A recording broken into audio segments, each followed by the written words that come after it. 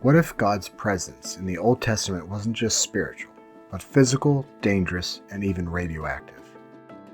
Scripture describes fire, light, and even death in His presence. Was this divine glory or divine energy? Or are they one and the same? Let's dive in.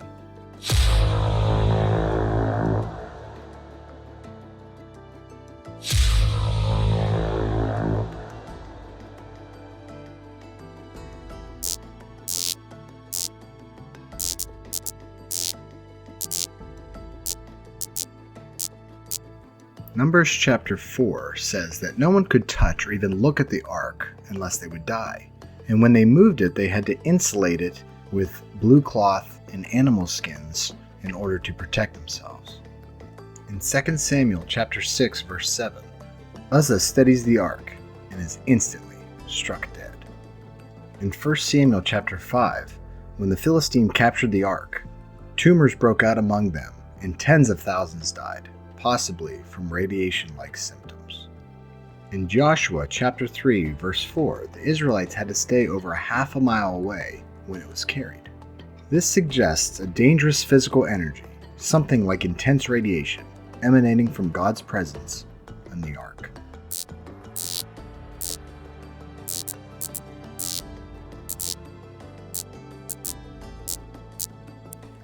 After speaking with God on Mount Sinai, Exodus chapter 34 verses 29 through 35 talks about how Moses' face shone with a light.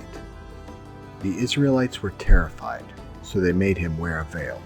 This wasn't symbolic, it was physical, like afterglow from extreme exposure, maybe to high-frequency light or divine radiation. His appearance changed just by being near to God. But if he was too close, Yahweh told him that he wouldn't survive. Exodus chapter 33 verse 20 reads, "But he said, 'You cannot see my face, for no man shall see me and live.'"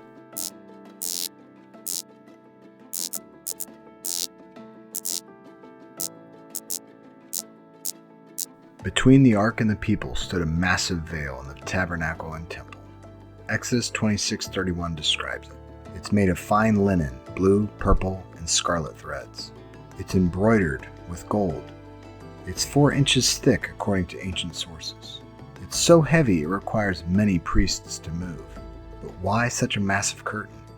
Gold threads and dense fabric could reflect and absorb radiant energy. Organic dyes, especially blue and purple, might offer natural UV filtering. And as we read in Leviticus 16, only the high priest, once a year, and with blood, could pass through it with their garments on, like entering a quarantine zone.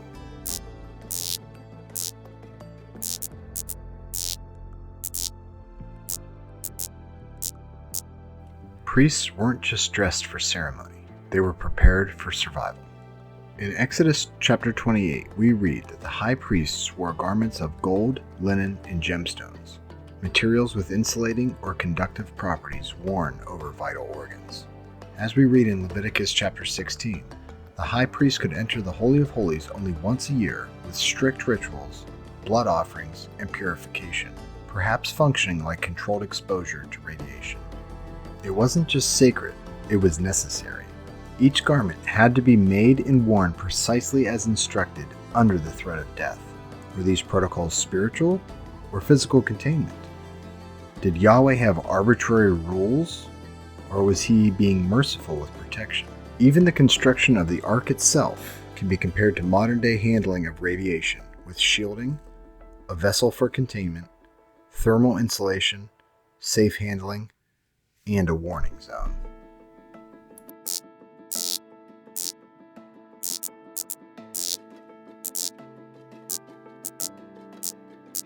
If God's throne sits on the firmament closer than we typically imagine, do we see a glimpse of his physical presence emanating into our earthly realm? If the temple veil shields radiation and is a heavenly shadow of the firmament, does the firmament shield radiation as well? The Van Allen radiation belts encompass the Earth, with auras or visible plasma appearing in the sky. Could these areas of high ionized energy testify to the power of the Creator? With God's throne resting just beyond this curtain of energy, Revelation chapter 4 verse 3 reads, And he who sat there like a jasper and a sardius stone in appearance, and there was a rainbow round the throne, in the appearance like an emerald.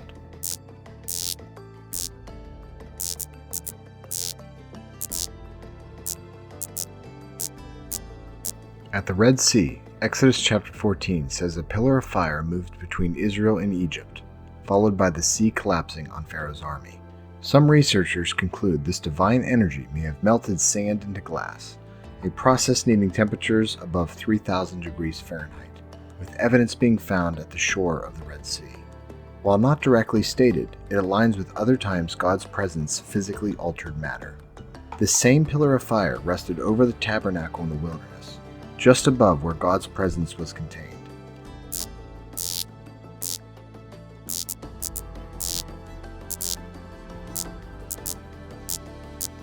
Some scientists studying the Shroud of Turin believe the image was caused by a burst of radiant energy, possibly ultraviolet or neutron radiation. This aligns with divine events: Moses' glowing face, the deadly presence in the ark, and Christ's resurrected body passing through the linen with power. Could this be the ultimate display of divine transformation through energy, where the extreme power of God, experienced in our physical realm, imprinted a negative image of Christ's body on just the surface of the fibers?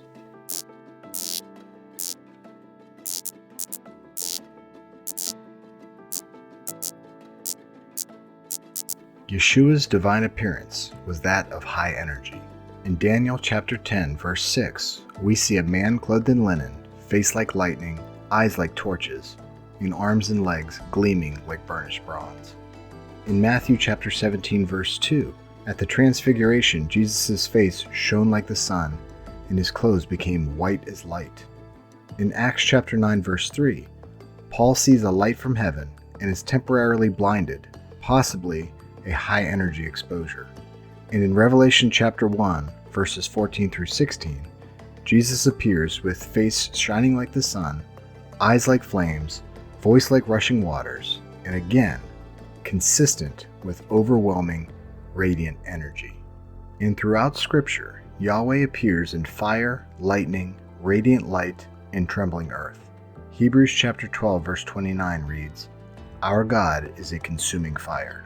These may be metaphors, but they also attest to literal encounters with the divine energy that transforms and destroys. From the ark, priestly garments, and temple veil shielding his glory, to Moses' irradiated face, to his presence dissolving both the heavens and the earth as we know it. The Bible may be describing not just God's holiness, but his power in a form we can only get a glimpse of. And yet, this same God offers to dwell within us through the Spirit by Christ's blood, with whom we get to spend eternity with.